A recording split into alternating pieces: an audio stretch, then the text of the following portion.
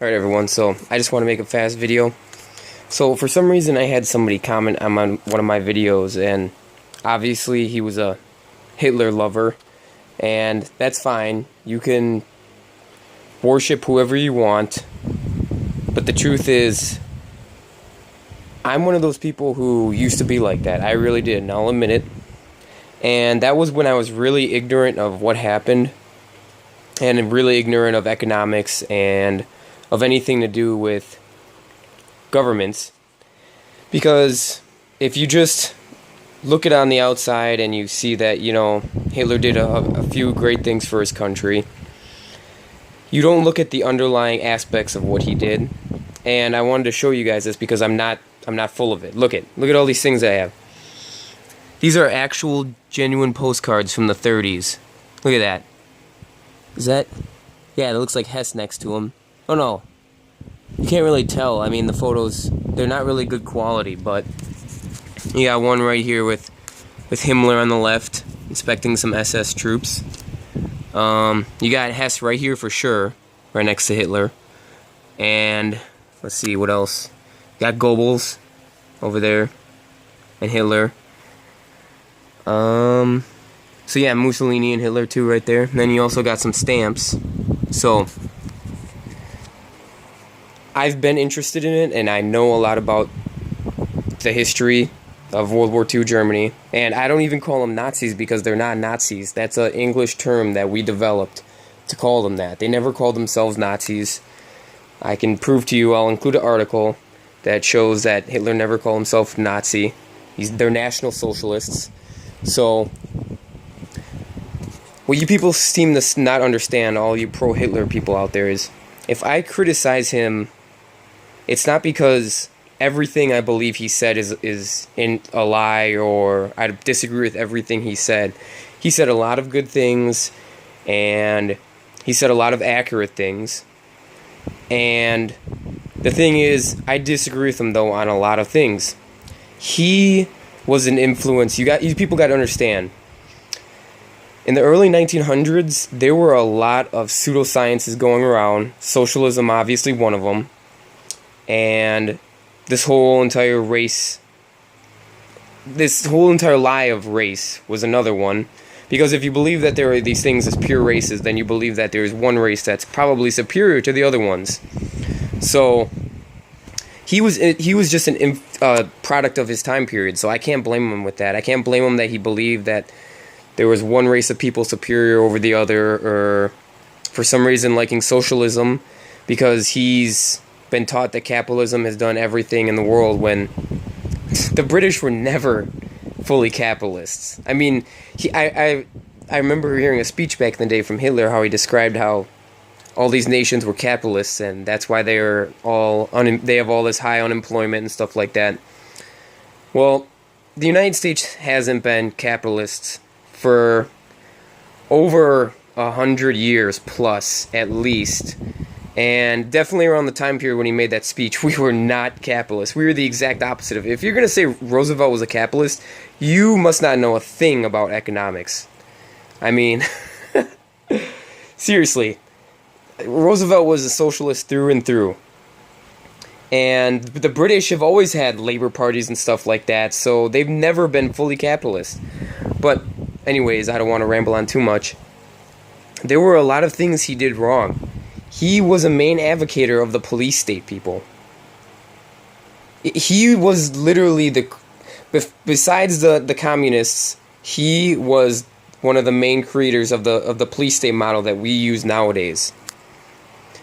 And if you don't want to accept that, fine. You don't want to accept history. I can't tell you to accept history. But also, too, like I said, he was very ignorant on economics. Socialism would never work. The main reason why they looked so successful, the Germans looked so successful after Hitler came to power, was because their economy was in shambles. It was a joke. And what they were trying to do is institute a full-fledged socialist system. And that was mainly the Weimar Republic. And it wasn't going to work. It was terrible. It was just as bad as before they even came into power, the people in the Weimar. And obviously, when he took place, he did make some changes. That's why you see some progress in the beginning, because you need to understand, people, when you have an economic disaster, right after the economic disaster, it might be 5 years, it might be 10 years, it might be 15, but somewhere down the line, it's just going to automatically seem like it turns around just like that. And it could be because of things that actually did help to make it better, or it could just be a temporary band-aid over the economy. And that's what Hitler did. He basically put a temporary band-aid over it. He still regulated businesses. If you don't understand this, look it up. He regulated businesses heavily. And I don't agree with any government regulating any business. And I can, trust me, I'll explain that to you if you need me to, but it's just free market economics 101. And like I said, I don't agree with his socialism. I don't agree with his police state. I don't agree with the fact that he arbitrarily executed prisoners of war. We know he did. I know the Holocaust didn't happen, so don't even try to put that on me. But he did. There are orders of him executing Italians and Russians, and I mean, you can argue that you need to execute the commissars all you want, but I don't see any proof of that, because if you take them and you use them as prisoners of war and you put them in forced labor camps, which I agree with, if you're an enemy combatant, why not? It's just like I agree with people being put in prisons and going to work nowadays. I mean, if you're a violent offender, why should we be paying to keep you alive when you committed a crime? I mean, it makes absolutely no sense, but I don't feel like he should have executed the commissars. I believe he should have put them in work labor camps. But, I mean, like I said, he did a lot of bad things, and he said a lot of good things, and did actually quite a few good things. But overall, I cannot say that I 100% support him or his policies. I can't. In my good conscience, I can't, because there are a lot of things that he did wrong. And people need to accept this and just move on. That there's going to be somebody who's better, more intelligent, more adapt to the political environment that we live in nowadays. You can't just keep looking back at history and looking at people and believing that their ideology was a solution, or they were a perfect example of what we should be. We can only learn from the past and get better, and that's what we have to do. We need to stop looking back at the past for an example. We need to look back at the past to criticize it and to see how we can take the good from the past and get rid of the bad and apply it to the future. And that's the truth. Like I said, I just want to make this a statement so people understand where I'm coming from.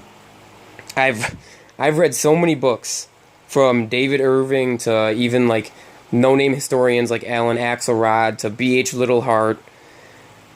I mean, even William Schreier the Liar, as I call him, because he used a lot of forged documents in his book. But so yeah, so you people can finally understand my stance on this. So all of you people out there who for some reason are just so pro-Hitler, like I said, he did a lot of good things, but he was very ignorant. He was very ignorant on race, like I said, and he was very ignorant on socialism. He supported socialism, but he didn't support communism, obviously. So hopefully you guys read this, or listen to this, sorry, and understand finally where I'm coming from. So anytime one of you Hitler fanboys come out here, I'm just going to link you to this so you can see what my position is on him, which is a neutral position. Because like I said, there are things that I know personally that are wrong with what he did. So, thank you.